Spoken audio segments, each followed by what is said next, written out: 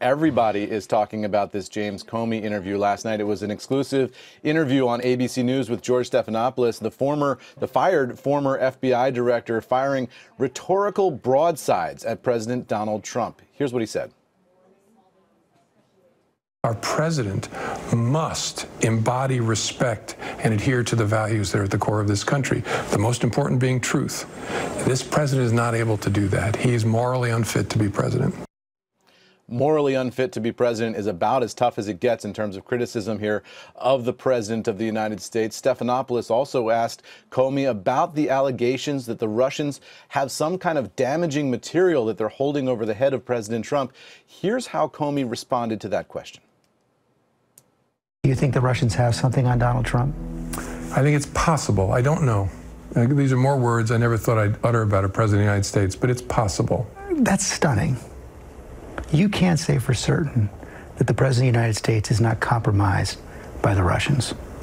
Yeah, it is stunning, and I wish I wasn't saying it, but it's the truth. It always struck me and still strikes me as unlikely, and I would have been able to say with high confidence about any other president I dealt with, but I can't. It's possible. So Comey there not lifting the veil on what exactly the FBI knows. At this point, Comey does not know nearly as much as Mueller knows, who's conducting the ongoing investigations. The United States, as you know, executing those airstrikes against Syria on Friday in response to a suspected chemical weapons attack. Our Kayla Tao, she's in D.C. and joins us this morning with all the latest. Hi, Kayla. Hi, Carl. Good morning. The White House is saying despite those airstrikes over the weekend, there is no change to its policy in Syria. The press secretary telling CNBC that the president is clear. He still wants U.S. forces to come home as quickly as possible, saying we are determined to completely crush ISIS and create the conditions that will prevent its return. In addition, we expect our regional allies and partners to take greater responsibility, both militarily and financially, for securing the region. The president of France, which participated in those U.S.-led airstrikes, made some comments last night that he had convinced President Trump to stay in Syria long term. So this is certainly an interesting development from the White House's side. Just a few moments ago, the president was departing for Florida, where he will spend the majority of the week, and did not take any questions from reporters on the South Lawn on any topic on Syria or on his various frustrations here at home. His personal attorney, Michael Cohen, after an FBI raid of his offices and apartments a week ago, will appear in a Manhattan court today. And the former FBI Director James Comey beginning a weeks-long media blitz. Michael Cohen's offices and hotel room were raided by federal authorities from the Southern District of New York as part of an investigation into Michael Cohen's behavior. And he has tried to claim attorney-client privilege. The question is, how much of an attorney is he really? Now, we thought for a while the most interesting thing in this court hearing today was going to be the appearance of Stormy Daniels, who, of course, is battling with Michael Cohen through her lawyer over that non-disclosure agreement for her claimed affair with Donald Trump. But we got something much bigger, because the attorneys for Michael Cohen were directed by a judge to buttress their claim that there was attorney-client privilege involved in these materials by naming a client that they had other than Donald Trump. And Elliot Brody, the Republican fundraiser, who also had a non-disclosure agreement with a mistress that Michael Cohen had negotiated. The attorneys for Michael Cohen revealed that that third client was Sean Hannity, the Fox News spokesman, or Fox News commentator, who, of course, has been weighing in very vociferously on this whole Cohen matter. For a news organization, that would be a tremendous conflict, although Sean Hannity does not necessarily describe himself as a journalist. Now, Sean Hannity has responded to this disclosure in a tweet, saying, a couple of tweets actually, saying that he did not have a formal relationship, that he did not get a bill from Michael Cohen, that Michael Cohen did not represent him in any particular legal matter. And he also made clear that it didn't involve a third party. So he was trying to make it clear to his fans and viewers that there was not a mistress involved. WPP shares down more than 5%. Sir Martin Sorrell, who built the company into an advertising powerhouse, has stepped down as CEO after more than 30 years on the job. Julia Borston has the latest from Los Angeles. Hi, Julia. Tyler, that's right. Sir Martin Sorrell is resigning from WPP following the conclusion of an investigation that was started earlier this month into alleged personal misconduct. The company is not revealing any details, and Sorrell rejected the allegation, but the 73-year-old's resignation is being treated as a retirement, qualifying him for as much as £19 million in pounds, depending on the performance of the company. Now, over 33 years running WPP, Sorrell turned a stake into a shopping basket company into a global ad giant, acquiring legendary advertising companies J. Walter Thompson and Ogilvy and Mather, among others, along the way. At 10 a.m. today, the U.S. Supreme Court is going to be hearing oral arguments in a case about the collection of sales tax for online shopping. The outcome of South Dakota versus Wayfair, that case could change the standard throughout the United States, dictating when sales tax for online purchases is collected. The current standard, which was set back after a 1992 Supreme Court ruling, says that a company has to have a physical presence in a state, kind of like a store or a distribution center, to trigger the collection of sales tax in an item that's sold online to a consumer in that state. But that decision was made years before e-commerce represented 10% of all purchases, as it does today. 2 years ago, South Dakota tried to rectify lost tax revenue and level the playing field in its own state by passing a law requiring retailers to collect sales tax if they have more than $100,000 in sales or more than 200 transactions in that state, which is basically everybody. South Dakota sued online-only retailers Wayfair, Overstock, and Newegg over this issue. Those retailers are arguing that they don't have to collect the state's sales tax because of the physical presence test. Now it's up for the Supreme Court to decide. Is McCarthy going to be is he going to take Nancy Pelosi's job, or is he going to take your job? No, he's going to take my job, not Nancy Pelosi's job. Sure? Why? Yeah, because I feel really good about him. Is it going to be McCarthy?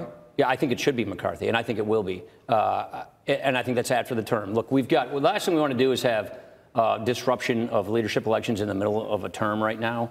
And also, there's so much more we can do to run through the tape. We've got to do our vocational, educational, technical education bill. We've got to do getting people from welfare to work. We've got infrastructure bills, more regulatory relief. We've got our Dodd-Frank reforms. So we've got more things that we're going to run through the tape and get done. She was the matriarch of an American political dynasty. Barbara Pierce Bush was the wife of the 41st president and mother of the 43rd. Another son served as governor of Florida and made his own run for the White House. Her quick wit and no-nonsense demeanor made Bush a popular first lady. At last, I get a chance to prove I'm more than just a pretty face. She was a force for a number of causes, including literacy, AIDS, and children's issues. Did you like that story? Driven in part by the loss of a daughter to leukemia. With her husband, Bush raised more than $1 billion for charity after leaving the White House. My wife, Barbara, the silver fox. Former President George H.W. Bush publicly referred to his wife, Barr, as the reason for his success. She was fiercely protective of and loyal to her family. At the end of your life, you will never regret not having passed one more test, winning one more verdict, or not closing one more deal. You will regret time not spent with a husband, a child, a friend, or a parent. She often joked that she had been lucky to marry so well, while friends and fans say it's the country that was lucky to have such a gracious and caring woman as First Lady, and in her later years, affectionately known as America's grandmother. As President Trump is meeting with Japanese Prime Minister Shinzo Abe in Mar-a-Lago, I saw the Asian markets were strong. The Nikkei was up by about 1.4%. And we're learning about a secret meeting between Kim Jong Un and CIA Director Mike Pompeo, all in an effort to pave the way for that meeting with President Trump. That maybe Eamon Javers. Which month is it going to be now, Eamon? Is it next month or June? Well, they're saying May or June, Joe. We don't know for sure. The president says we'll see if it happens. He's not entirely confident that this meeting between himself, the president of the United States, and the leader of North Korea, Kim Jong Un, will actually happen. They're looking at about 5 locations right now for where that meeting could actually take place. The speculation and the best guess here is that they'll have to do it at the DMZ, but it's not entirely clear. But you talk about that Mike Pompeo meeting. Those media reports broke yesterday that Mike Pompeo, the CIA director, had direct talks with Kim Jong Un, the leader of North Korea. That would be a remarkable turnaround in the relationship between the United States and North Korea. Let's get to the topic of why we're here. We're here for the US-China Business Summit, which you're co-hosting with China Investment Corporation. Yes. The last sort of round of this type of meeting was in China in November last year, where, very positive, you announced with them a $5 billion fund to invest in U.S. manufacturing. Since then, the tone of relations between China and the U.S. has deteriorated quite significantly. Is that recoverable? Oh, no. Not only is it recoverable, it has to recover. We're the two biggest economies in the world. There's no path forward if we disagree or disagreeable with each other over the long term. We need to work things out. And I understand what's trying to be accomplished here. We're not trying to end trade with China. We're trying to even it out. There are different perspectives at work here. Let's touch on your earnings yesterday, Lloyd, which was a beat pretty much on every line in terms of revenue, and the overall EPS a big beat. Let's talk, first of all, about the bounce back in trading. There was a lot of focus on trading last year. This quarter, can that last for the rest of the year, or is it a one-quarter bounce back, as it were? You know, if you asked it the opposite way and said, this surely will last forever, I'd also discount that. We don't know. We're in the, I say this, we're more in the contingency planning business than the forecasting business, but the conditions that prevail were not top decile or top quartile conditions in the world. So, yes, they're highly replicable, and I would say kind of feels almost standard-ish. What didn't feel standard were the conditions over the last couple of years. You know, people will debate back and forth what's normal, what's the new normal, but conditions where interest rates are zero, yield curves are flat, there's no risk premium, where central banks all around the world are buying all the risky assets, which then therefore put a damper on volatility and the opportunities to perform. That's not a natural state. You and I were just chatting with David. You, of course, made him, you and the board made him sole president and COO recently. Does that mean he is definitively the next CEO of Goldman Sachs? No, nothing is definitive. It shows my expectation that he'd be the person. He's the fourth COO I've had. So. President Trump hosting Japanese Prime Minister Shinzo Abe down in Florida. Let's get to Eamon with the latest from West Palm Beach. Eamon? Yeah, hi, Kelly. The president and the Japanese leader held a working lunch earlier this afternoon at which the president of the United States chided the Japanese leader for the trade relationship between the two countries. Here's what the president said. Reciprocal is the word that I think we have to start using with a lot of nations, not only Japan. So when we say free, that's good. Fair, that's good. But I like to say free, fair, and reciprocal. And the word reciprocal is that when you have a car come in, we charge you a tax. When we have a car go to Japan, which aren't allowed to go there, we have to take down the barriers. Let's get to Eamon Javers this morning, has more on the president's announcement that he is stepping up trade talks with Japan. Good morning, Eamon. Yeah, good morning, Carl. There were a couple of key items here on the agenda this week as the Prime Minister of Japan, Shinzo Abe, met with the president at Mar-a-Lago here in southern Florida. One of them was the TPP. You remember last week the president had suggested that he wanted his top trade negotiators to look at getting the United States back into the TPP, the Trans-Pacific Partnership. Well, this week, they're sort of putting the kibosh on that idea. The president saying he would prefer a bilateral trade agreement with the Japanese government. That's not the Japanese government's preferred solution to the trade disputes between the two countries. The other item that was on the agenda here was the possibility of an exemption on those steel and aluminum tariffs, the so-called 232 tariffs that the president had announced earlier in the year. The Japanese wanted some exemptions, just like some of the other American allies were able to secure for themselves, but the president said no. Here's how he explained his thinking yesterday. We are doing 232 on steel and aluminum. And if we can come to an arrangement on a new deal between the United States and Japan, that would certainly be something we would discuss, aluminum tariffs and steel tariffs. And I would look forward to being able to, at some point in the future, take them off. An historic transfer of power today. For the first time since 1959, a Castro is no longer in power in Cuba. Cuban President Raul Castro, you saw him there in the dark suit on the left, standing side by side with the man who's going to take his place, Vice President Miguel Diaz-Canel. What does this change mean for Cuba and the island's relationship with the U.S., particularly its economic one? Let's bring in John Kavlik, president of the U.S.-Cuba Trade and Economic Council. John, good to have you joining us from London. Let me start off with, what do we know about this new leader of Cuba? Does he have a single reformist bone in his body? Are we going to see any kind of market changes in Cuba? He may have a reformist bone in his body, but we're not likely to see it soon.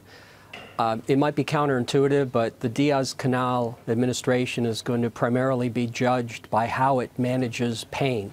And it has two projects that it has to complete. One is the merging of the two currencies, and the other is defining success. Former New York City Mayor Rudy Giuliani is set to join President Trump's personal legal team, according to Dow Jones, which says the move is set to happen immediately. It comes after ample turnover on the president's legal team. Of course, Giuliani was a close confidant during and after the Trump campaign, was in talks for several cabinet positions, but it now is being reported he will join the president's legal team. Let me walk you through a couple of the bullet points here from the Comey memos. Remember, these are the memos that James Comey, the fired former FBI director, wrote contemporaneously as he left meetings with President Trump last year because he was concerned about his interactions with the president.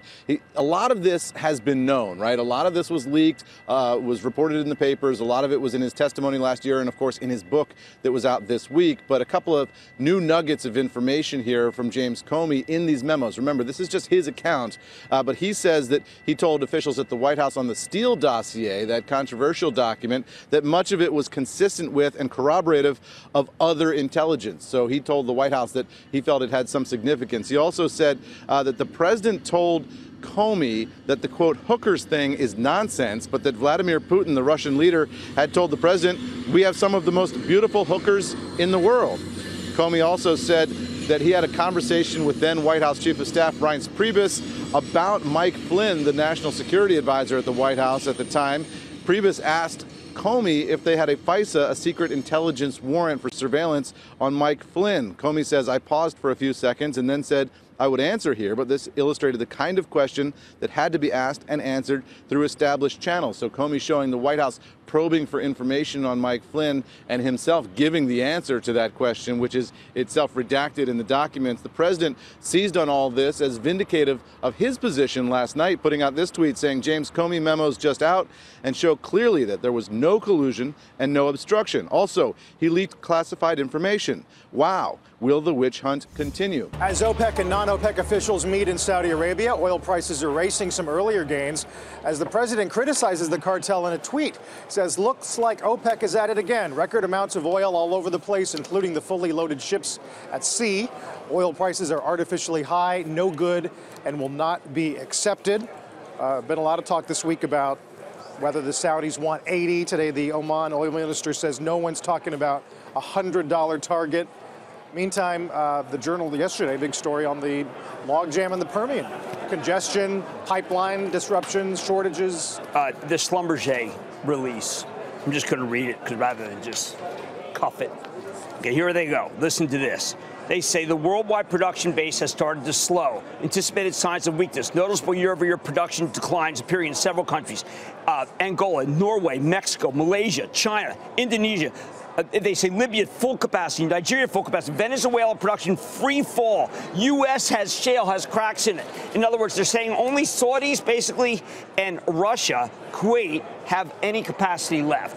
So you could argue that it's just Schlumberger saying, listen, everybody's got to drill more. Or you could say that the president is up against countries that aren't spending and have to develop, or else oil's going to go higher. It is a supply issue. Democratic Party has filed a federal lawsuit in Manhattan against the Russian government, the Russian intelligence service, WikiLeaks, and the Trump campaign, alleging damage to the Democratic Party as a result of the hack in the 2016 presidential election. Now, Democrats are using this as a venue of putting more pressure on the president, on his campaign, while the Bob Mueller investigation goes on, while the Senate Intelligence Committee investigation goes on. Not clear whether they can ever get any discovery against the Russian government, for example. Other countries usually have sovereign immunity from lawsuits. They say it damaged their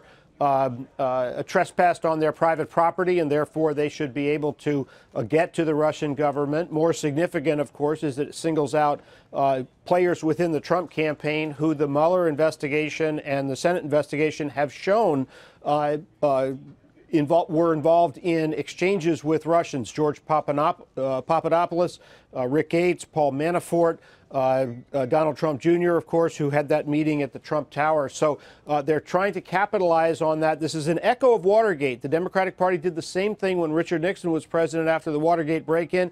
And the Republican Party, or the Nixon re-election campaign, eventually settled with Democrats on the day that Nixon left office. So not necessarily a fanciful lawsuit, but another way of putting political pressure on the Trump campaign, guys.